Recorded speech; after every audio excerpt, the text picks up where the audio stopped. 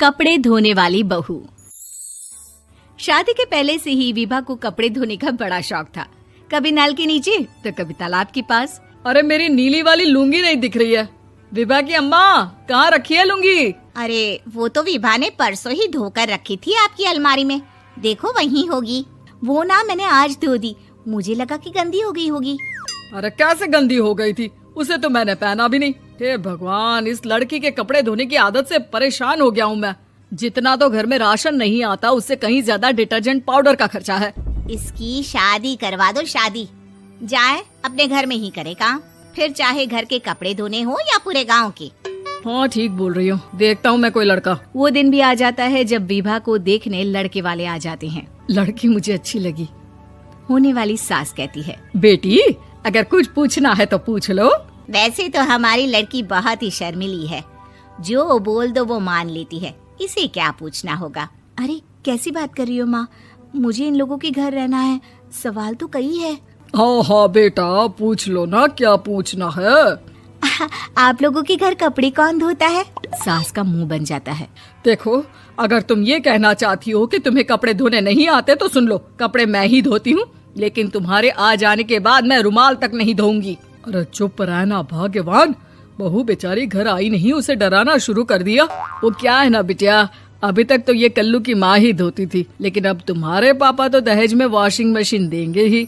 तभी विभा की माँ बोल पड़ती है, सवाल भी पूछा तो क्या। वैसे भाई साहब, मशीन की तो फिर भी कपड़े धोने की कैपेसिटी होती है। मतलब जो बिटिया दे रहे हैं ना विभा, इसे कपड़े धोने का बहुत शौक है। ये आप लोगों के क्या, आस पड़ोस गांव मोहल्ले सबके कपड़े धो दे और उफ तक ना करे। बाहर देखा नहीं आपने कितने कपड़े सूख रहे हैं? सब हमारी बिटिया ने ही तो धोए हैं। बस भी करो ना माँ, शर्म आ रही इतनी तारीफ सुनकर।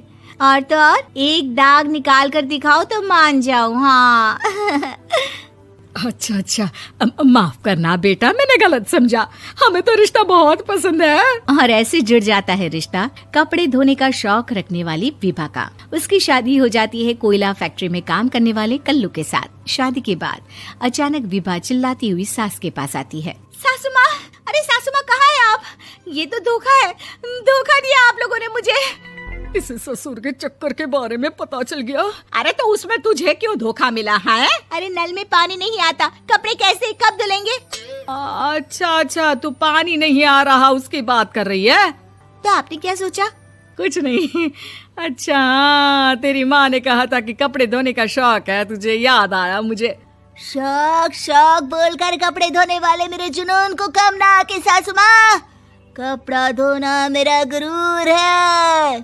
तभी पति भी वहाँ आ जाता है। अभी मैंने इसे सनी देओल की फिल्म दिखाई है, उसी के डायलॉग मार रही है माँ। अच्छा सुन, साफ साफ बता रही हूँ, पानी सुबह 4 से 6 और शाम को 10 से 12 आता है, समझी? विभा टाइमिंग सुनकर हैरान हो जाती है। ये क्या भूतों का मोहल्ला है? सुबह 4 बजे उठकर कौन कपड़े धोता है? 4 बजे टंकी में पानी जाता है, फिर सारा दिन धोना ना, किसने मना किया?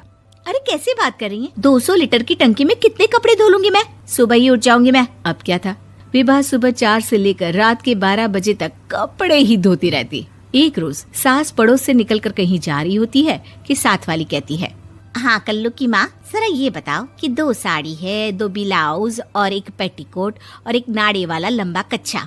हाँ तो? अरे तो क्या, कितना लोगी धुलाई ये बताओ। धोबन दिख रहे हैं हम क्या? हमारे पति सरकारी नौकरी से अभी रिटायर हुए हैं और बेटा सुपरवाइजर है कोयला फैक्ट्री में। धोबन समझ रखा है हमें? हाय रे कल्लू की अम्मा, माफ कर दो, वो तो मोहल्ले में यही सब बता रहे थे कि तुमने बहू को कपड़ा धुलवाने के काम में लगा दिया है। सास को पड़ोसन की बात सुनकर गुस्सा आ जाता है। वो घर पहुंचती है जहां घर के बाहर ही इतने सारे कपड़े सूख रहे होते हैं जितने कि किसी धोबन के घर पर। अरे ओ कल्लू की दुल्हन, बाहर निकल। माँ जी यहीं आ जाओ, बाथरूम में चादर धो रहे हैं हम। अरे अभी हम धोते हैं, तुमको बाहर निकलो। ये आस पड़ोस वाले बोल रहे हैं कि हम बहू से कपड़े धुलवा कर उसे कपड़ा धोने वाली बना दिए हैं। अरे छोड़ो ना माँ जी, किन लोगों की बातों में आती हो? आस पास के लोगों का तो काम ही होता है कि वो किसी तरह सास बहू को लड़ा दे। बहू सारे घर के कपड़े धोती है, ये क्या कम है? बोलिए। सास को भी लग जाता है कि वो बहू का ये सनकीपन नहीं छुड़वा सकती, इससे अच्छा है कि खुद ही चुप हो जाए। एक रोज सास और बहू मंदिर जाते हैं, जहाँ सास की साड़ी वहाँ खड़ी भीख मांगने वाली से मिलती है। माँ जी क्या बात है, आपकी साड़ी उस भिखारन से कितनी मिल रही है ना? हाँ हाँ देखो तो, दोनों की साड़ी मिल रही है। क्या बात है कल्लू की अम्मा, तुम खुद को तो अफसर की बीवी बताती हो और ऐसी सिंपल सी प्लेन साड़ी पहनकर घूमती हो। सिंपल और प्लेन नहीं है ये साड़ी। तो क्या सोने के धागे से फूल बने हैं? कुछ भी सासू माँ, कुछ भी।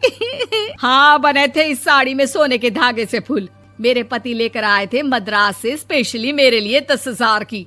ताहे भाई साहब इस भिखारन के लिए भी सेम टू सेम साड़ी लेकर आए होंगे 10,000 की। सास उस वक्त तो कुछ नहीं कहती, लेकिन बहू के साथ घर आती है और अलमारी से एल्बम निकाल कर लाती है। ये साड़ी देख रही है, ये वही साड़ी है जिसे मैंने अभी पहना था। इस साड़ी में ये जो चमकदार फूल दिख रहे हैं ना, ये सोने के धागों से काढ़े गए हैं। लेकिन तू लोकल वॉशिंग मशीन ब्रश से घिस घिस कर सारे फूलों को निकाल कर साड़ी प्लेन कर दी।